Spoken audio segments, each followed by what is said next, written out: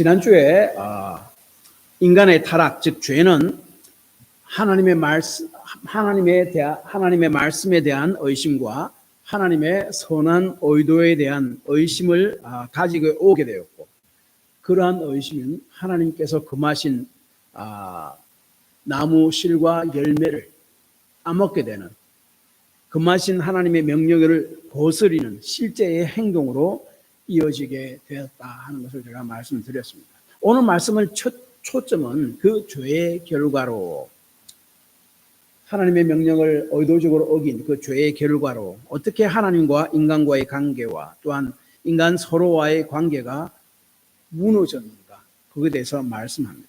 동시에 이를 통해서 예수 그리스도로 말미암아 어떻게 그러한 관계들이 회복되었는가를 우리가 또한 이 본문 말씀을 통해서 알 수가 있습니다. 그것에 대해서 우리가 한번 살펴보려고 합니다. 먼저 죄가 하나님과 인간 관계에 어떤 영향을 미쳤나 하는 것을 우리가 본문을 통해서 살펴보려고 합니다. 먼저 죄는 인간과 하나님과의 관계를 사실은 망가뜨려 버렸습니다.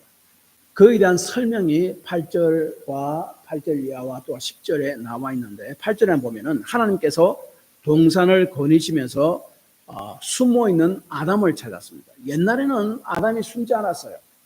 이제는 죄를 짓고 난 다음에 아담은 하나님을 피해서 숨었습니다. 돌 뒤에 숨었습니다. 그래서 아담에게 하나님께서 9절에 보니까 내가 어디 있느냐라고 물었습니다. 그리고 10절은 죄로 인해 하나님과의 관계가 어떠한 형태로 단절됐는가, 어떻게 망가지게 되었는가를, 망가졌는가를 구체적으로 두 가지를 들어서 이야기합니다. 10절 보면은 이르되 8절에 보면은 이르되 내가 동산에서 하나님의 소리를 10절입니다. 그렇죠? 예.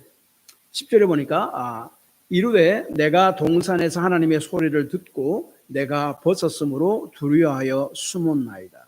이 말씀 안에 하나님과 우리 인간의 관계가 죄로 인해서 어떻게 단절되는가를 두 가지를 이야기합니다. 먼저 하나님의 소리를 듣고 두려워했습니다. 그래서 이 하나님의 인자하심, 하나님의 가까이 하심은 더 이상 인간에게 친밀함과 즐거움이 아니라 두려움이 되었다는 거죠. 그 다음에 이제 두 번째는 뭔가 하면은 벗었으므로 부끄러워했다라고 이야기합니다. 하나님과 인간 사이에 그 부끄러움이 생겨났다라고 이야기합니다. 그래서 이 두 가지를 한 번 더 구체적으로 살펴봅니다. 첫째, 하나님과의 그 친밀한 관계가 깨어지고 하나님은 인간에게 이제는 두려운 존재가 되었음을 이야기합니다.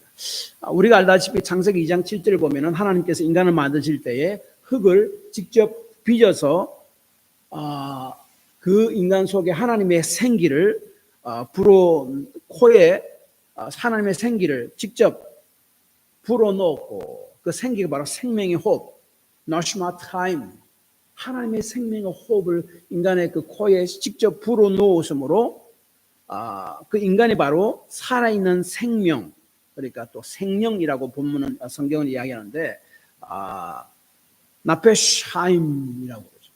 나페샤야, 살아있는 생명이 되었다. 즉 하나님께서 생명의 호흡을 인간의 코에 불어넣는다는 것은 개인적으로 얼굴을 맞대는 거잖아요. 그 친밀함을 상징합니다. 그리고 인간에 대한 그 친밀함이 그 강조된 표현입니다. 그래서 인간은 처음 하나님의 창조 때부터 그런 친밀함 가운데서 창조되었음을 이야기하고 있죠. 그 다음에 또 창세기 3장 8절에 보면은 하나님께서 동산을 거닐 때에 죄를 짓고 숨은 그 아담과 하와를 찾았다라고 말씀합니다. 물론 하나님은 영이십니다. 인간과 같이 두 발로 걸어 다니고 뭐 그렇게 하지 않죠. 그래서 여기서 말씀하는 것은 하나님을 의인화한 것입니다. 사람처럼 그렇게 묘사해서 그렇게 표현한 것입니다. 그래서 하나님을 인간의 빗대어서 표현한 것일 뿐입니다. 다시 말하면 죄짓기 이전 인간은 하나님과 에덴 동산을 거닐 정도로 친밀한 관계였다 하는 것을 이야기하는 것. 그 다음에 또한 그 인간은 다른 동물과 다르게 창조되었음을 성경은 또 이야기하잖아요. 왜냐하면 하나님의 형상으로 창조했습니다. 하나님을 대리하고 대신하고 굉장한 친밀한 관계라는 말입니다. 그런데 이 하나님과의 친밀한 관계가 죄를 짓고 나서 두려운 관계로 바뀐 사건이 바로 8절부터 시작돼서 또 10절에서 구체적으로 나타납니다. 8절에 보면 그들이 그날 바람이 불 때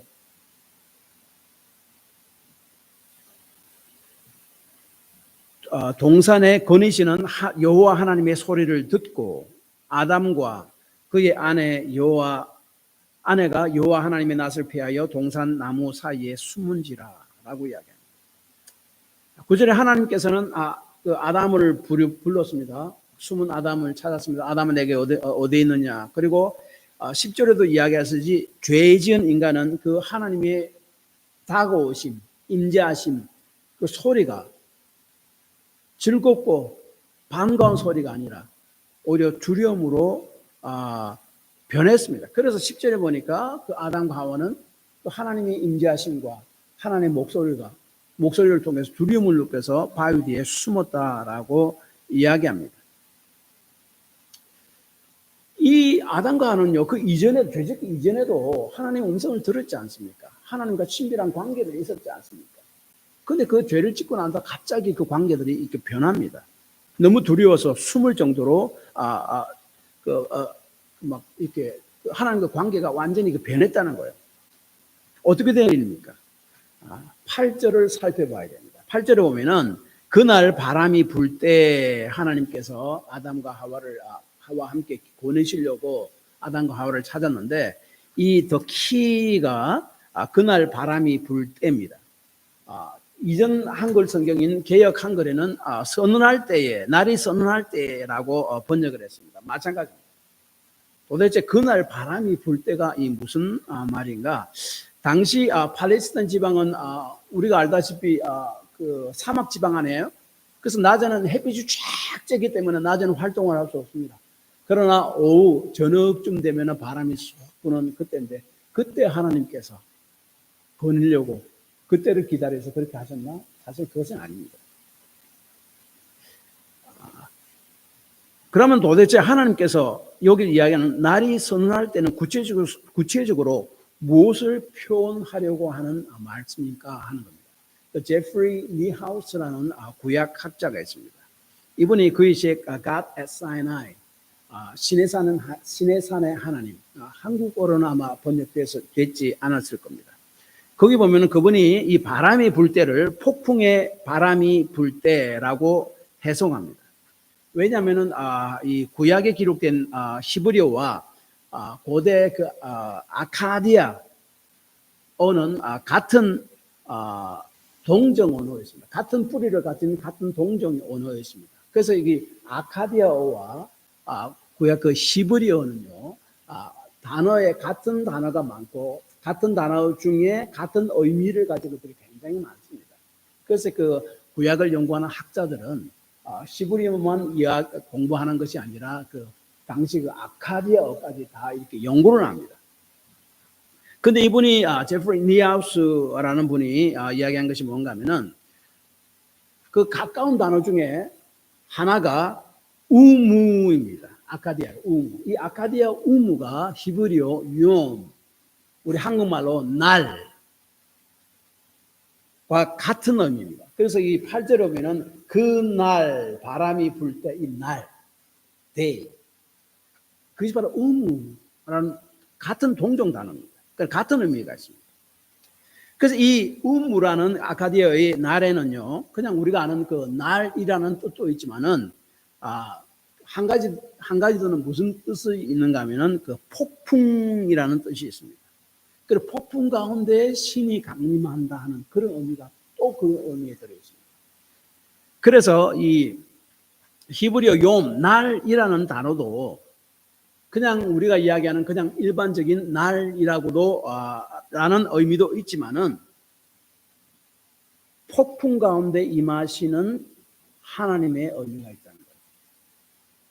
그래서 8절에 그날 바람이 불 때 이것을 뭐라고 해석하는가 하면은 폭풍의 바람이 불 때, 날은 폭풍이란 말입니다. 폭풍의 바람이 불 때라고 해석합니다.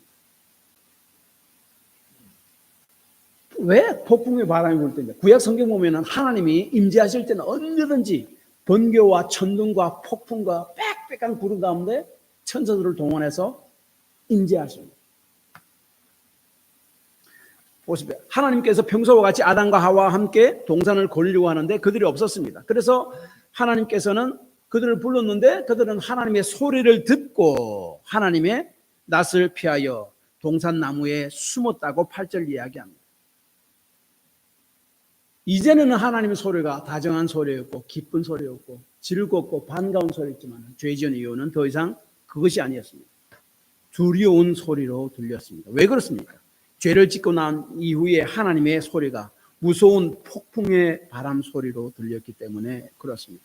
우리도 이게 폭풍이 막 엄청난 폭풍이 불어오고 허리케인이 불어오고 나무가 막 무너지고 쉥하는 바람 불어오면은 우리가 얼마나 겁이 납니까?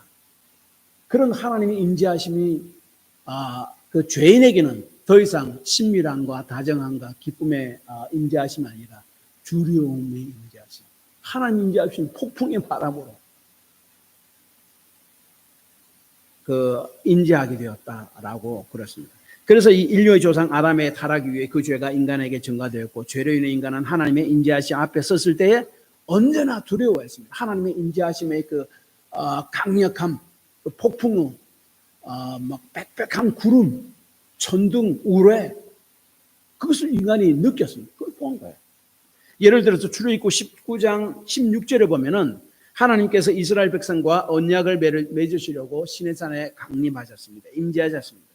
그때 죄 지은 인간에게는 하나님의 임재가 엄청난 천둥과 번개가 치는 폭풍의 바람이 몰아치는 것으로 느꼈습니다.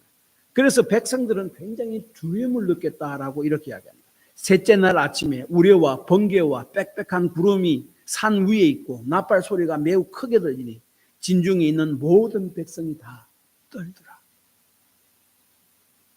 이사야 6장 5절에도 보면 마찬가지예요. 하나님께서는 천사들과 함께 임했습니다. 그것을 하나님이 임재하시는 그 광경을 이사야 선지자는 환상으로 봤습니다. 하나님께서 천사들과 함께 임하실 때에 막 문지방의 터가 요동했습니다. 성전의 연기가 가득했습니다.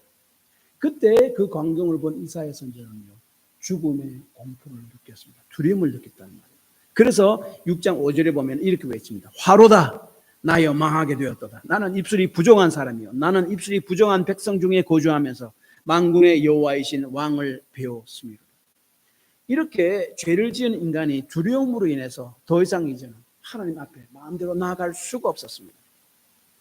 그래서 하나님께서는 인간이 비록 죄를 지었다 하더라도 그 두려움을 제거하고 하나님의 임재 앞에 나아가고 하나님을 예배할 수 있는 방법을 마련해 주셨는데 그것이 바로 제사제도입니다. 특별히 우리가 요즘에 지난주에 우리 그 레위기서 여러분 성경 읽표 따라서 계속 성경 읽기를 계속 하고 계시면은 지난주에 레위기서를 다 맞았습니다. 근데 그 레위기서 4장이 속죄의 제사, 우리가 죄 지었을 때 어떻게 죄를 용서받고 하나님께 나아가는가 그것을 이야기하고, 그 다음에 16장에는 대속죄일 날 어떻게 모든 죄를 다 용서받고 하나님께 나아가 하나님을 예배할 수 있는가 그것에 대해서 이야기하는데 그 대속죄일 그 죄를 용서받고 하나님과 만나고 하나님을 예배할 수 있는 그것이 자기 죄를 이렇게 다 속죄를 해야 됩니다. 그 대속죄일날 어떻게 우리 죄를 다 속죄하고 하나님을 만날 수 있는가를 그 속죄 제사 예식이 있는데 그것이 굉장히 복잡합니다. 먼저 16장을 보면요, 이 대제사장이 이제 성전에 들어가죠. 성전에는 성소가 있고 지성소가 있습니다. 성소와 지성소 사이에는 큰 그 휘장이 가려 있습니다. 그래서 지성소 안에는 1년에 한 번씩 대제사장만이 들어갈 수 있습니다. 함부로 못 들어간다. 함부로 들어가면 죽습니다. 그래서 이제 대속죄일 날 모든 백성의 죄를 다 속하고 제사장과 자기 가족들의 죄를 다 속하려고 먼저 제물을 준비합니다. 제사장과 자기 가족들의 죄를 속하기 위해서 수송아지 한 마리, 그 다음에 모든 백성들의 죄를 다 속하기 위해서 수염소 2마리, 한 마리는 잡고 한 마리는 머리에 안수하고 죄를 다 정가시킨다는 의미로 그 다음에 그 광야에 내버려둬서 죽게 만듭니다. 그 다음에 이제 속죄 제사를 드릴 때에 대제사장은 먼저 목욕을 쫙 해야 됩니다. 그리고 흰세마포 옷으로 갈아입습니다. 그 다음에 에봇을 입는 게 아니라, 에봇 원래 대제사장 옷은 굉장히 화려한 에봇이에요. 보석들이 달려있는. 그런데 하나님 앞에 지성소 안에 하나님의 인정에 있는 법궤 그 앞에 들어갈 때는 흰 세마포 옷으로 갈아입습니다. 그 다음에 먼저 그 향로에 향을 피웁니다. 향을 피우고 그 다음에 그 향을 피울 그 향들을 손 가득히 가지고 지성소 안에 들어갑니다. 그 안에 뭐가 있습니까? 하나님의 법궤가 있죠. 법궤 뚜껑이 속죄소라고 그러죠. 법궤 안에는 만나와 십계명 돌비와 아론의 쌍난지팡이 전부 다 이야기하는 게 뭔가 하면은 인간의 죄악들을 밝혀주는 그 상징물이에요. 근데 그 지성소 안에 제일 처음 들어갈 때에 향단에 향을 피우고 들어가는데 향을 가득히 피워야 돼요. 그래서 그 지성소 안에 있는 법궤가 보이지 않도록 해야 돼요. 연기로. 죄가 가려진다는 말 의미죠. 그래서 만약에 연기로 죄가 가려지지 않으면은 제사장은 그 앞에 안에 들어가서 죽습니다. 연기를 가득하게 계속 피워놓습니다. 그 다음에 향단을 그 안에 놔두고 계속 연기가 나도록. 그 다음에 대제사장은 지성소에 잠깐 나와서 이제 수송아지 있잖아요. 자기와 자기 가족들을 위한 속죄 제물 피를 가지고 들어와 가지고 그 법궤 동쪽에 뿌리고 법궤 앞쪽에 7번 뿌립니다. 그 다음에 나가서 백성의 죄를 위한 잡은 한 마리 염소를 피를 가지고 와서 그 법궤 위 뚜껑 속죄소라고 그러죠. 거기에 뿌리고 그리고 법궤 앞에 피를 또 뿌립니다. 그 다음에 나옵니다. 그 다음에 나와서 뭘 하는가 하면 제사장이 또 목욕을 또 해야 돼요. 깨끗이. 그 다음에 원래 화려한 제사장 예복, 에봇으로 갈아입습니다. 그 다음에 번제를 드리는데 수송아지 죽였잖아요. 그 안에 있는 모든 피와 그 다음에 피가 아니고 기름과 그 다음에 콩팥, 마늘 떼냅니다. 그 다음에 백성을 위한 수염소의 콩팥과 그 안에 있는 모든 기름을 다 떼냅니다. 그 다음에 번제단 위에 불 태웁니다. 번제를 드립니다. 그 다음에 남은 건 뭐 있습니까? 소나 염소나 가죽, 그 다음에 다른 내장들, 똥들, 그 다음에 이 안에 살, 그거는 진영 밖에 죄를 버리는 곳이 있습니다. 그곳에 가지고 나가시고 죄를 다 버립니다. 그곳에 가지고 나서 그 나무 위에서 다 태워서 버립니다. 그 다음에 들어올 때 또 그냥 못 들어와요. 목욕을 다 하고 다시 깨끗한 옷을 갈아입고 비로소 이스라엘 백성의 진영 속으로 들어올 수 있습니다. 그렇게 돼야만이 비로소 죄가 다 용서됩니다. 얼마나 복잡합니까?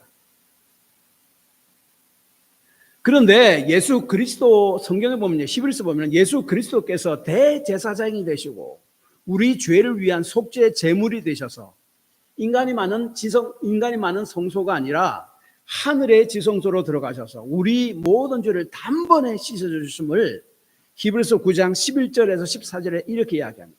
그리스도께서는 장래 좋은 일의 대제사장으로 오사 손으로 짓지 아니한 것 곧 이 창조에 속하지 아니한 더 크고 온전한 장막으로 말미암아 염소와 송아지 피로 하지 아니하고 오직 자기 피로 영원한 속죄를 이루사 단번에 성소에 들어가셨느냐. 염소와 황소의 피와 및 암송아지의 죄를 부정한 자에게 뿌려 그 육체를 정결케 하여 거룩케 하기거든. 하물며 영원하신 성령으로 말미암아 흠없는 자기를 하나님께 드린 그리스도의 피가 어찌 너희 양심을 죽은 행실에서 깨끗하게 하고 살아계신 하나님을 섬기게 하지 못하게 합니다. 짐승도 얼마 동안은 깨끗하게 했다. 그런데 하나님의 아들, 하나님이신 자신의 피에 어떻게 너희 모든 죄악을 깨끗이 할지 못하겠느냐. 그 다음에 히브리서 4장 16절 이렇게 합니다. 그러므로 우리는 긍휼하심을 받고 때를 따라 돕는 은혜를 얻기 위하여 은혜의 보좌 앞에 담대히 나아갈 것입니다. 그래서 우리 예수 그리스도 인해서 우리는 하나님을 만나러 갈 때에, 그리고 하나님 앞에 설 때 우리는 더 이상 두려움을 느끼지 않습니다. 그것이 정상입니다. 왜냐하면 우리에게 두려움을 주는 모든 죄를 다 용서함 받았기 때문입니다. 구약에서는 하나님 만나갈 때, 죄 있는 인간이 하나님 만나갈 때 죽음의 두려움을, 공포를 느꼈습니다. 신약에서는 예수 그리스도로 인해서 그것이 사라졌습니다.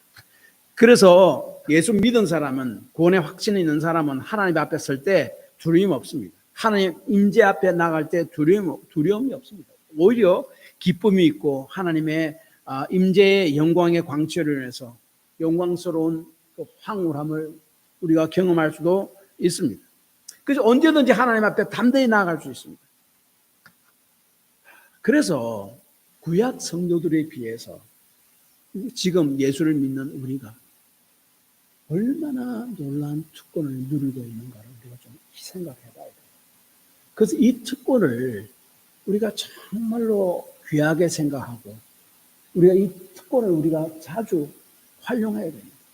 말씀을 통해서, 내가 기도를 통해서 하나님 임재 앞에 나아가고, 내가 찬송할 때도 내가 또 찬양을 통해서, 또 예배를 통해서 하나님의 임재 앞에 나아갈 수가 있어요.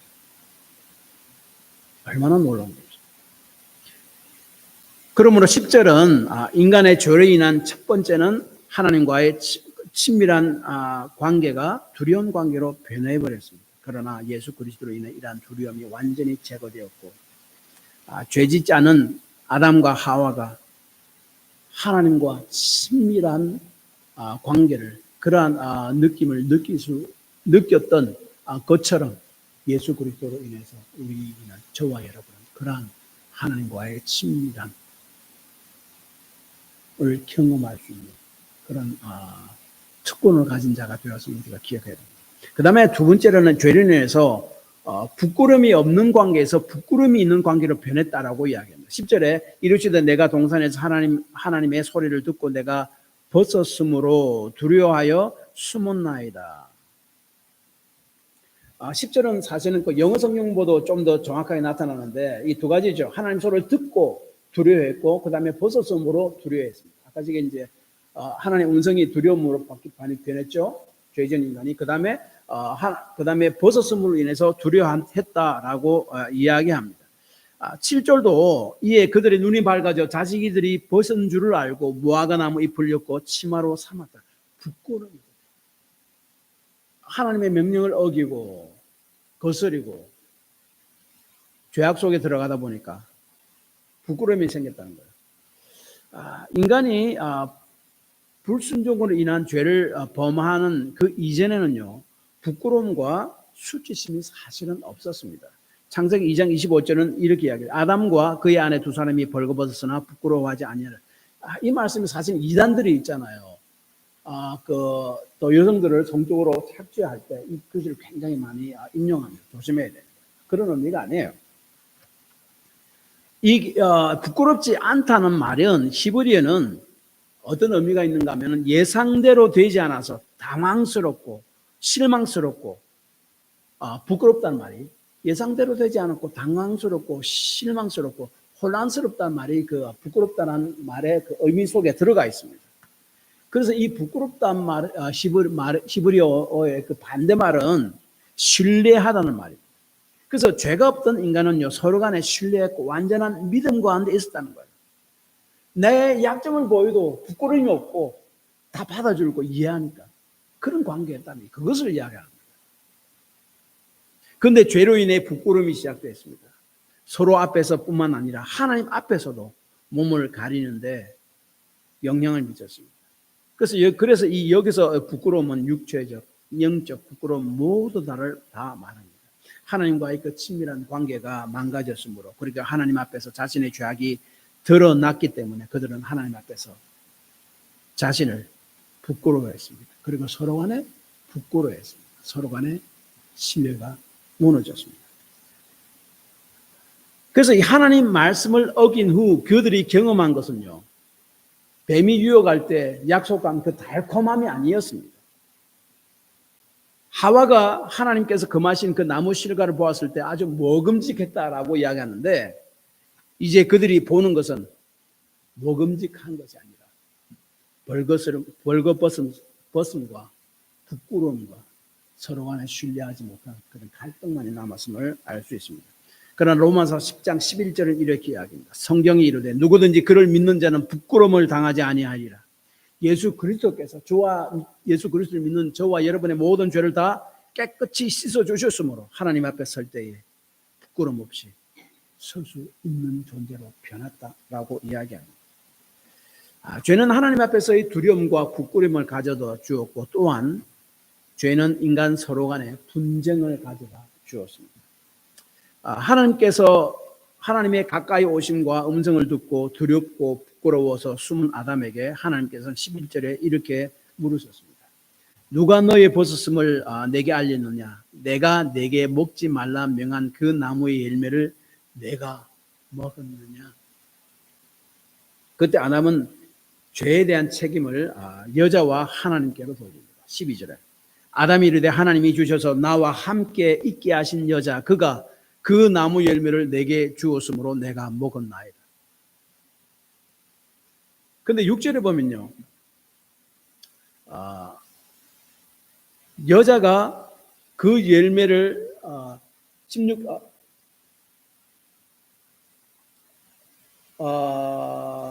근데 그 다음에 이제 그 여자는요, 그 아담의 이야기를 듣고 여자가 뭐라 하면은 뱀이 13절에 나를 깨물어 내가 먹었나이다 라고 이야기합니다. 그러니까 아담은 죄에 대한 책임을 하나님과 또 하나님께 주신 그 여자 하와에게 돌리고, 하와는 뱀에게 그 죄에 대한 책임을 돌립니다. 내가 그 책임이 있다고 이렇게 이야기하지 않습니다. 하나님이 내가 내게 금하신 실과 나무 열매를 따 먹었느냐라고 물어보신 이유는 죄를 자백하고 회개하고 돌이키기 위한 목적이었습니다. 그렇지 않았습니다. 도리어 남에게 증거합니다. 그때 하나님께서 17절에 이렇게 이야기합니다. 아담에게 내가 내 아내의 말을 듣고 내가 내게 먹지 말라 한 나무의 열매를 먹었은즉 이라고 말하므로 아담도 하와의 행동에 동의했다는 것을 이야기합니다. 동의하고 니도 먹었지 않냐, 니도 책임이 있지 않느냐라고 이야기합니다.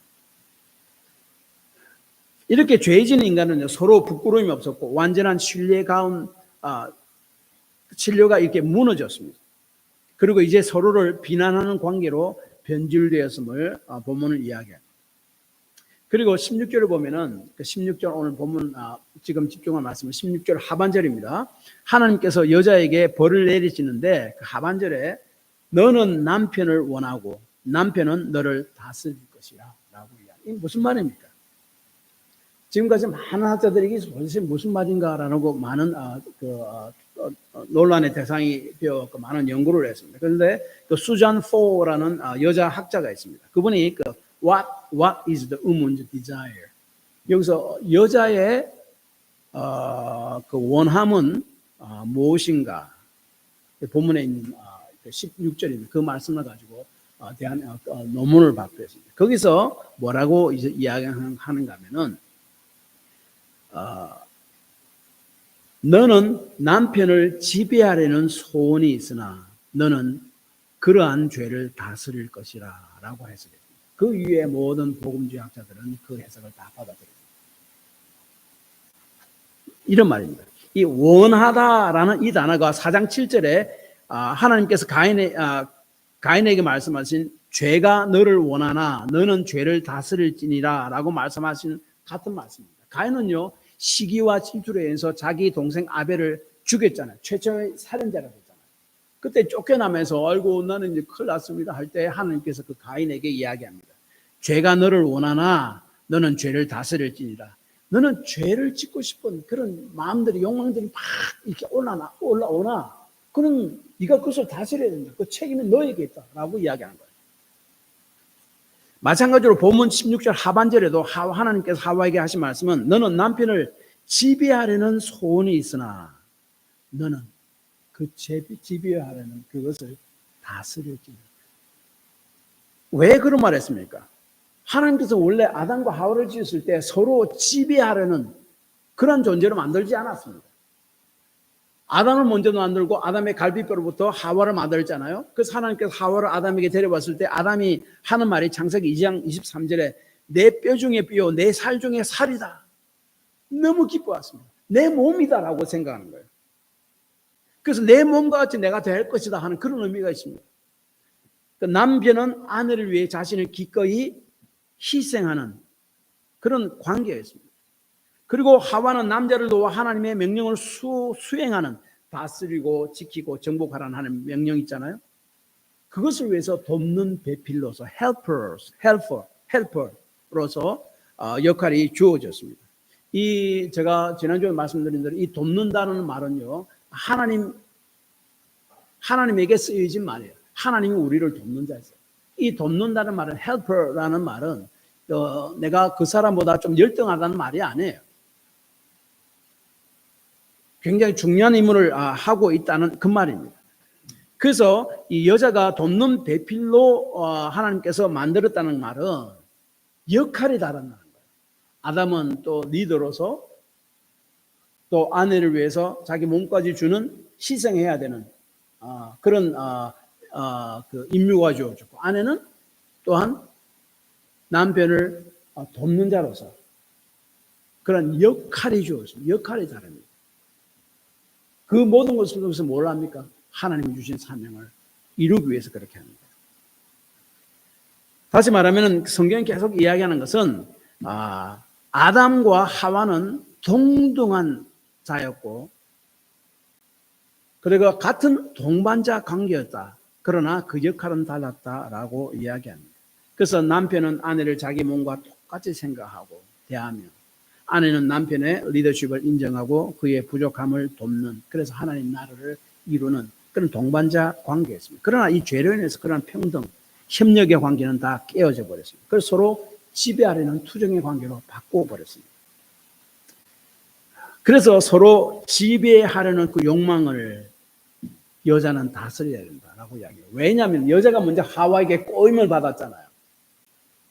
그 사단에게 꼬임 받아서 넘어가 죄를 지었잖아요. 그래서 그 사단이 그 뱀을 유혹할 때 사실 자기 남편에게 가서 이야기하고 공동저체를 해야 됩니다. 그런데 하와는 그렇지 않았어요. 혼자 힘을 하고 그다음에 남편에게 일방적으로 주어버립니다. 같이 먹자고. 그래서 이 여자에게는 그 죄로 인해서 그런 유혹으로 인해서 그런 이 남편을 지배하려는, 그 다른 사람을 지배하려는 그 욕망들이 굉장히 많이 일어나는데 그것을 다스려야 한다. 왜냐하면 너희들은 원래 하나님의 창조된 것은 남자와 여자는 동반자 관계로 서로를 주고 돕는 관계로 하나님께서 만들었는데 그것이 깨어지고 죄를 깨어지고 서로 지배하려는 관계, 그것이 잘못된 것임을 이야기합니다. 그래서 이런 말도 있지 않습니까? 안에 뭐 친구들이 이렇게 결혼하면 결혼 초기에 서로를 다 잡아야 돼. 아내 남편들은 친구들은 결혼 초기에 남편을 잡아야 돼. 남편의 친구들은 그 남편한테 결혼 초기에 아내를 잡아야 돼. 이런 이야기를 하잖아요. 다 죄로 인한 그 결과로 그런 것들이 왔습니다. 동반장 관계, 서로를 위해 희생하는 관계가 그 아내와 남편의 관계고 가정에 있는 식구들과의 관계라고 이야기합니다. 그래서 사단은 결혼의 가정에 동등한 지위를 가졌지만 그 주어진 임무는 다른 그 동등어가 평등한 동반자 관계를 서로 지배하려고 하는 관계로 변질시켜 버렸습니다. 결국 죄로 인해서 결혼에 조화가 아닌 충돌이 일어났습니다. 죄로 인한 부부와 가정에 충돌이 일어나고 동등하고 자신의 목숨까지도 기꺼이 주고 돕는 동반자 관계가 지배하라는 관계로 변질되어 있습니다. 여기에는 중심이 이 서로 지배하라는 그 관계, 그 마음, 그것이 뭔가 하면은 사실은 자기 중심적인 생각입니다. 그래서 팀 켈러의 책, 그 결혼을 말하다라는 책을 보면요. 결혼에 대해서 이야기하고 결혼 생활을 방해하는 것들을 쭉 이야기했는데 제가 쭉 읽어보니까 핵심이 뭔가 하면 결혼 생활을 가장 방해하는 핵심이 딱 한마디입니다. 자기 중심적인 생각이라고 이야기해요. 어디서 났습니까? 지배하려는 마음. 아담과 하와가 죄를 인해서 살아갔을 때 하와가 가졌던 마음. 그것을 지금 정확하게 이야기합니다. 이러한 서로를 지배하려는 생각, 자기 중심적인 생각을 통한 결혼과 가정을 다시 회복하는 길이 뭐 어디에 있습니까? 복음밖에 없습니다. 회개하고 예수를 믿음으로 예수 그리스도께서 우리 조상 아담 하와로부터 물려받은 그 죄악을 다 용서했다는 것을 믿음으로 받아들이는 겁니다. 그래서 원래 하나님께서 의도하신 결혼의 관계로 다시 돌아가는 겁니다. 믿음으로. 그 하나님께서 의도하신 남자 여자 결혼의 관계가 어디 나타나 있습니까? 에베소서 5장에 나타나 있습니다. 에베소 5장 1절에 보면은 먼저 동등한 관계를 먼저 5장 21절을 보면은 남자와 여자, 아내와 남편의 동등한 관계를 먼저 언급합니다. 그리스도를 경외함으로 서로 피차 복종하라 이야기합니다. 그 다음에 아내에게 줍니다. 아내들이여 자기 남편에게 복종하기를 죽게 하더라. 순종하는 거예요. 복종. 그게 뭡니까? 주어진 돕는 헬프로서의 돕는 베풀로서 헬프로서의 역할을 다시 기억하라. 그것을 다시 돌아오라는 말이죠. 남편과 아내는 평등하지만은 그 역할은 다르다는 거예요. 그래서 남편의 그 역할을 인정하라는 거예요. 그래서 원래 하나님께서 의도하신 돕는 베풀로서 역할을 감당하는 거예요. 그러니까 남편에게는 이런 말씀이 있습니다. 에베소 5장 25절에 남편들은 아내 사랑하기를 그리스도께서 교회를 사랑하시고 교회를 위하여 자신을 주심 같이 하라. 예수님께서 교회를 위해서 자기 몸을 희생하신 것처럼 네 몸도 기꺼이 주도록 하라. 그렇게 합니다. 하와를 만들어서 아담에게 처음 데려왔을 때 아담이 뭐라고 소리쳤습니까? 너무나 좋아가지고 막 소리치는데 내 뼈 중에 뼈, 내 살 중에 살이다. 내 몸이다는 말이에요. 아시죠? 에베소 5장하고 똑같은 말씀입니다. 자신의 몸의 부분임을 기억하고 그렇게 되란 말입니다. 실제로 하와는 아담의 갈비뼈로부터 만들어지지 않습니까? 그러므로 우리가 예수 그리스도의 은혜와 도우심으로 아내는 남편에게 순종한다는 말이 굴종하는 것이 아닙니다. 내가 이렇게 더 낫다는 말이 아니에요. 부족함을 채워주는 돕는 배피, 헬퍼를 이야기합니다. 남편은 아내를 자기 몸과 같이 서로 사랑하고 자기 자신까지 주려는, 목숨까지 주려는 의지가 하나님의 말씀을 순종함으로 있어야 합니다. 복음이지 않습니까? 예수님을 따르는 삶이 그런 삶이지 않습니까? 이를 통해서 우리 조상 아담과 하와가 지은 죄로 인한 갈등을 이 땅에서 살며 극복할 수 있다라고 본문이 이야기합니다. 결론적으로 이것입니다. 하나님의 말씀을 무시한 죄된 삶은 사단이 약속한 것 같이, 인간이 기대한 것 같이 달콤한 삶을 보장해 주지 않는다는 사실을 본문은 말씀합니다. 오히려 하나님과 서로의 관계를 단절시키는 비참한 결과만을 가져다 줬다라고 말씀합니다. 그래서